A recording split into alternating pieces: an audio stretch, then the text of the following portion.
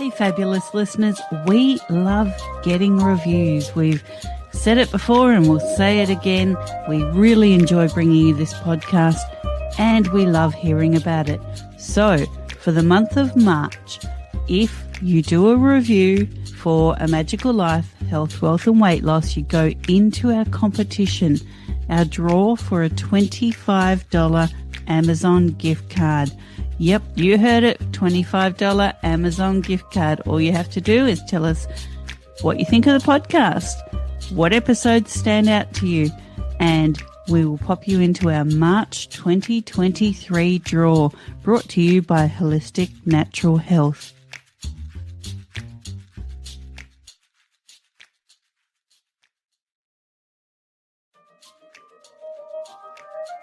Welcome to A Magical Life, Health, Wealth and Weight Loss. I'm your host, Magic Barclay, lead practitioner at Holistic Natural Health Australia and #1 best-selling author. In this podcast, I aim to give you practical tips on how to accelerate and sustain your health, increase your financial, spiritual and emotional wealth, and to look at something that haunts many of us needlessly, weight loss. In some episodes, I'll have guests available to give you even more tips, but in others, the floor is yours. Drop us a line at A Magical Life Podcast on Facebook and let me know what you would like to know more about. Now, sit back and enjoy, because it is time for you to create and truly discover a magical life. Welcome back to A Magical Life. I'm your host, Magic Barclay, and today I'm joined by Kimberley Record. Kimberley is a self-sabotage expert, and we're going to learn more about her as this episode continues. Kim is the author of the women's self-help book, Finding Your Forever Body, which is a 10-step guide to breaking the diet cycle for good.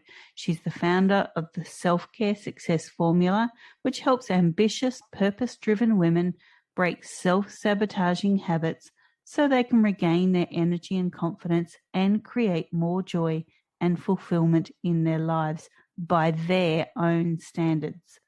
Combining her background in holistic nutrition and high-performance coaching, she empowers her clients to develop and stick to habits that support their health, vibrancy, and happiness without relying on their willpower. Welcome, Kim. Thank you. Now tell us about Finding Your Forever Body. It was a book that came from a passion. I had been doing nutrition consulting for about 6 years. And in that time, I was still working through my own kind of recovery from a difficult relationship with food in my body. But the time that I was doing this nutrition consulting and was overcoming my own demons, so to speak, I was also noticing in women that I was coaching a lot of the same language and a lot of the same patterns that I'd gone through when I was really struggling the most, in this vicious diet cycle.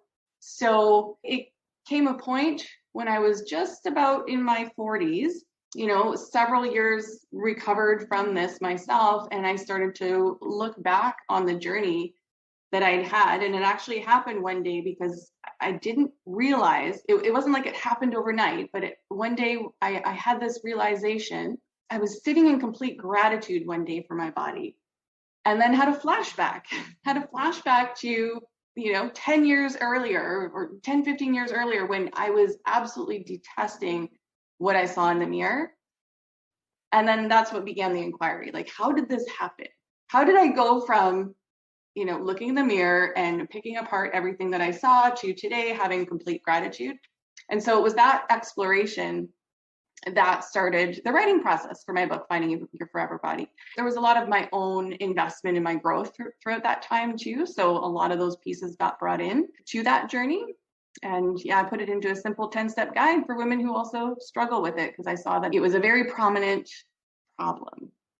It definitely is. And so now we're going to really apply what you know about this problem to how we can help people. So I ask all my guests the same 3 questions. Everyone gives me a different answer, and I think it's amazing, but no one's really, struck to the core of self-sabotage and why we do it. So your first question is, what can your expertise do to accelerate health, be it physical, emotional, or spiritual? Yeah, so my specialty where I've really honed in my skills is working with women specifically who struggle with this on again, off again cycle. Another thing that I found in my nutrition consulting days was that, especially with women who came to me for general health things, I wasn't going into deep, pathological symptoms or anything like that. It was just mostly general health. And most of the time it was weight loss was part of their goals.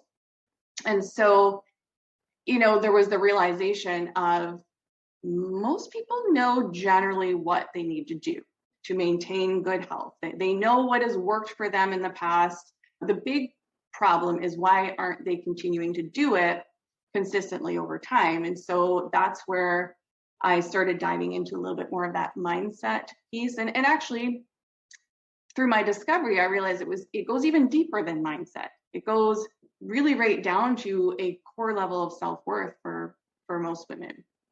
It really does. And I think that core level of self-worth, we often tie that to our size. So whether we're too big, too small, too gangly, too muscular, too solid, we're always too something. And that's what we tie our self-worth to. So what are some easy ways to stop doing that? Yeah, well, the first thing is to acknowledge that it's happening, because a lot of times we get so programmed, we get so conditioned by messages everywhere. We're literally exposed to it everywhere, in media, social media, marketing messages, everyday conversations, because, it gets perpetuated by everyday humans who hear these messages and then go on to repeat it, and to our children. I mean, it starts really, really early in life as well. You can hear it in children as young as 8-year-olds starting to make the comments that we hear adults saying, so it starts from a very young age, and we all get exposed to this conditioning. So the first step really is to acknowledge that it's happening, like catch ourselves when we are speaking that language, like that I'm not enough language, and really begin to question the extent to which we've tied our worth into it, because all of us have experiences of valuing other people for much more than their external appearance or their image, right? All of us have these experiences of like loving other people unconditionally beyond the external. And yet there's this conditioning, this programming in ourselves that so much of our value and worth is tied into it. So, I think a big part of it is just awareness of the fact that it's happening, and then to start to detach from those standards, like start to question really what makes sense. And for me, it started quite young as well, because I was raised like, most North Americans to believe certain things about my image. And then it got really perpetuated when I was in my teens, and I was a model for a couple of years in my small hometown, and had an opportunity to go see a bigger modeling agency based out of Toronto in Canada. And in a 15-minute meeting was completely torn apart based on my image not being good enough. I was, according to their standards, I was overweight, and I was 5'9" and 137 pounds. So just right there, you can see the ridiculousness of the standards that are set for us. And this is the standard that is displayed everywhere, because models are the ones that are wearing the clothes and showing off the perfumes and all of that we consume in the images we see every day. So it wasn't a wake-up call immediately for me. I actually bought into it for a long time, and that's what kind of led me on my journey to struggling with my body image and my weight, and being obsessed with diets and the scale and all of that. And it was only upon reflection later that I realized how much that had impacted my life. But it wasn't just with my image. It happened in all areas. It happened with where I thought I needed to go to school, what kind of education I needed to have, when I thought I should be married, where I thought I should be working, what kind of job with benefits and steady income and all of that kind of thing. It's all of this social programming, and none of it fit with who I was and what I really valued. So it extends far beyond our image, but again, we've been programmed as women to tie so much of our value and worth into the image that is where most of us get stuck. We get stuck focused on this, but it is extending to all areas of our life, which sucks the joy and fulfillment and vibrancy and happiness right out of our days. And that kind of leads me to the next question. You've partially answered it in that, many people look at models and go, well, that's what society deems acceptable, so I'm not it. Therefore, I've got a weight problem. And so many people battle their weight. Obviously, you had some battles as well. And I guess the listeners might want to know, what was the trigger to settling that weight battle? How did you accept the weight that you are, the weight that you should be? How did you kind of get off that treadmill? I mean, being in modeling, you were right in the firing line pretty much. And many of us are not models, and we're still comparing ourselves to what we see, on those glossy magazine pages. Mm-hmm. Well, I quit modeling immediately after that experience because it was such a huge blow to my self-esteem at the time. So I left. I didn't ever get really involved into the industry after that, but it didn't stop me from being, like I said, being obsessed with diets and weighing myself, sometimes up to 6-7 times a day, and the number on the scale determining how happy and confident I would feel each day, depending on what was being displayed. How I finally overcame it was a bit of a combination of things, but I break it down into 2 steps. The first step really was to start understanding that food was more than calories. When I embarked into the holistic nutrition field, initially it was to help myself break free from this really difficult relationship that I'd had with food. I knew how much it was affecting my life, and it was really taking over in a lot of ways, where it became my sole focus, and I couldn't focus on doing other things that I wanted, that I knew would bring me more joy. It was overwhelming and all consuming. So the first step was studying nutrition and having a better understanding, because up until that point, all of my education, and I'm giving air quotes right now, all of my education around nutrition was magazines and labels and diet books. It wasn't really based on any solid understanding of nutrition. And what happened in my holistic nutrition studies, and I'm so thankful that I chose the holistic route, which you can, I'm sure, understand, Magic, is, as opposed to studying dietetics, because that was one option for me at the time. But going the holistic route, I began to understand that there was so much more to our wellness than just what we put in our mouths. There was the mind, body, spirit connection that I had never even considered before. And my mind was blown open to understand everything that food actually did for our bodies, and the way that it nourished it and allowed our bodies to do things, and support our immune systems and improve our digestion. And as I started making little changes, feeling better, that started to become more important to me than the number on the scale. Because when I was in that vicious diet cycle, I was struggling constantly with my energy and digestion, and I was sick all the time, and I never felt good. And I was in my 20s, I should have had this vibrant energy, and I didn't.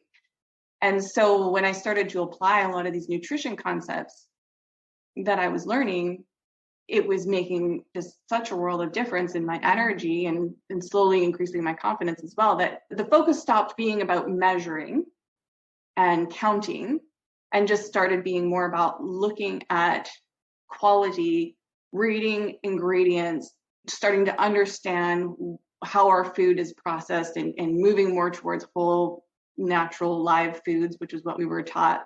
And so that was the first piece. And the second piece was making a connection between my energy and where I wanted to go in my life. So there was a moment after I'd done the holistic nutrition studies where I was getting happier with my relationship with food and where that was going, but I was still miserable, still absolutely miserable in my life because I'd made a lot of choices, like I talked about earlier, based on the expectations and standards of others. And I was living a life that did not feel like my own. It didn't feel authentic to me.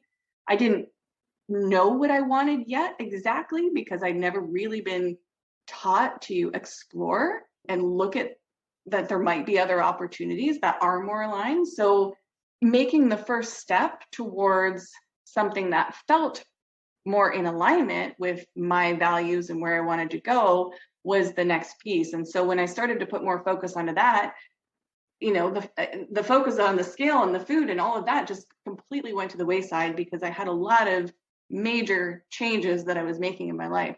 So I guess I just shifted the focus completely. And the result was that I had more energy and I didn't have to weigh myself anymore. And I didn't have to worry so much about the measuring of things because I just was enjoying my life a whole lot more and making conscious choices about the quality of food I was eating. I think that's really key, is not punishing yourself or depriving yourself, but making conscious choices. Now, we also talk about wealth here, Kim. So what are your top 3 tips to creating wealth, not just financial, but personal and emotional wealth? That's a great question. And I love that you talk about it in more than just the financial sense, because there is so much more to living a rich life than just what's in the wallet or the bank account. And I think when we apply the things that work, it benefits all areas of our lives anyway. So my 3 tips would be that the first one would be to, and I've alluded to this a lot in our conversation so far, but the first step would be to really consciously detach from expectations and standards that really don't align. The standards that you think success should look like, that you think health should look like, or that you think beauty should look like, because they may not be true for you. So if something doesn't feel right intuitively, explore that, detach from it.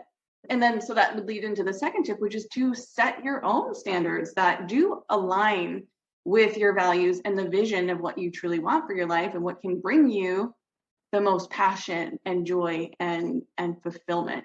And then I would say also, not just setting the standards, but also developing metrics that make sense to you. Like, how are you going to measure your progress? How are you going to measure your results to know that you've had success according to your own standards?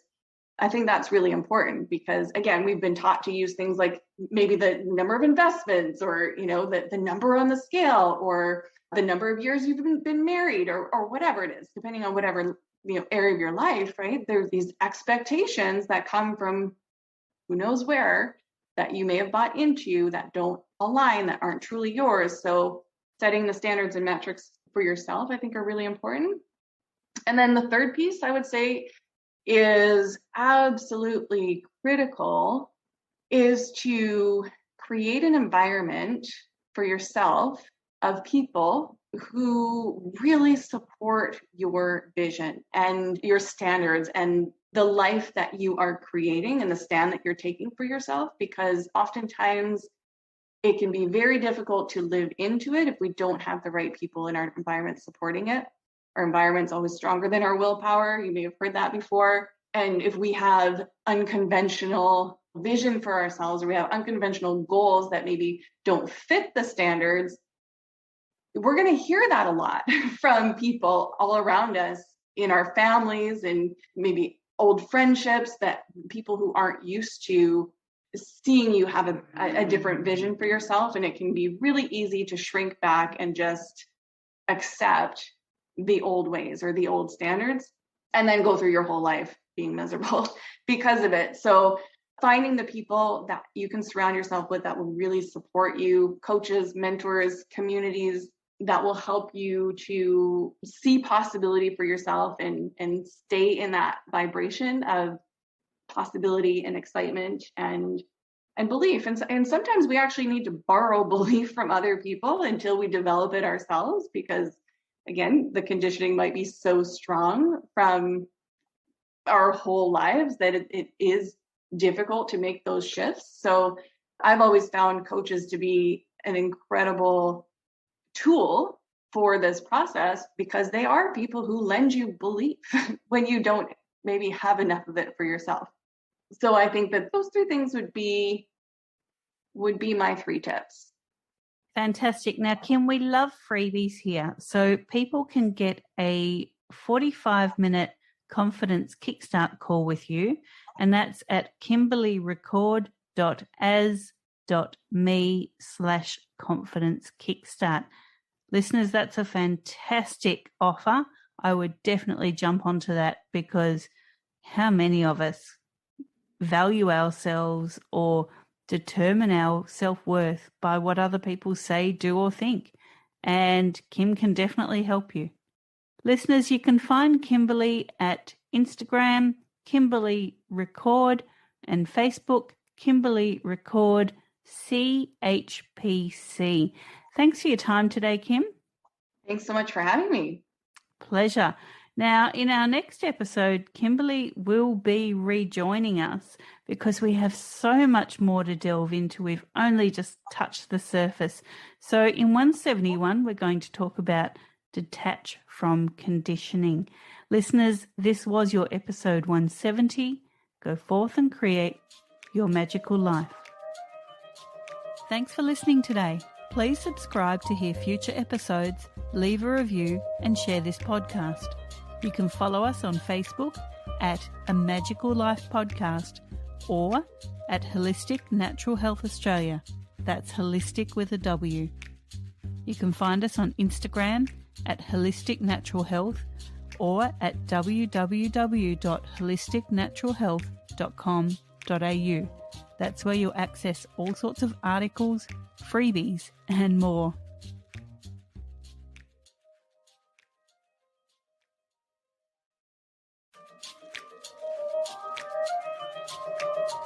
Listeners, I hope you loved this episode as much as we did. Again, we want to remind you that we have our March 2023 competition going on, and all you have to do is leave a review on Apple or Spotify or wherever you listen to this podcast, or even on our website, www.holisticnaturalhealth.com.au, and you will go into the draw for a $25 Amazon gift card. Yep, free giveaway. We love free stuff. You know we love freebies here. It's all waiting for you for March 2023, but hurry, this does close, so we will be notifying the lucky winner on the Holistic Natural Health Australia Instagram and Facebook pages. Stay tuned, good luck, and go leave those reviews and create your magical life.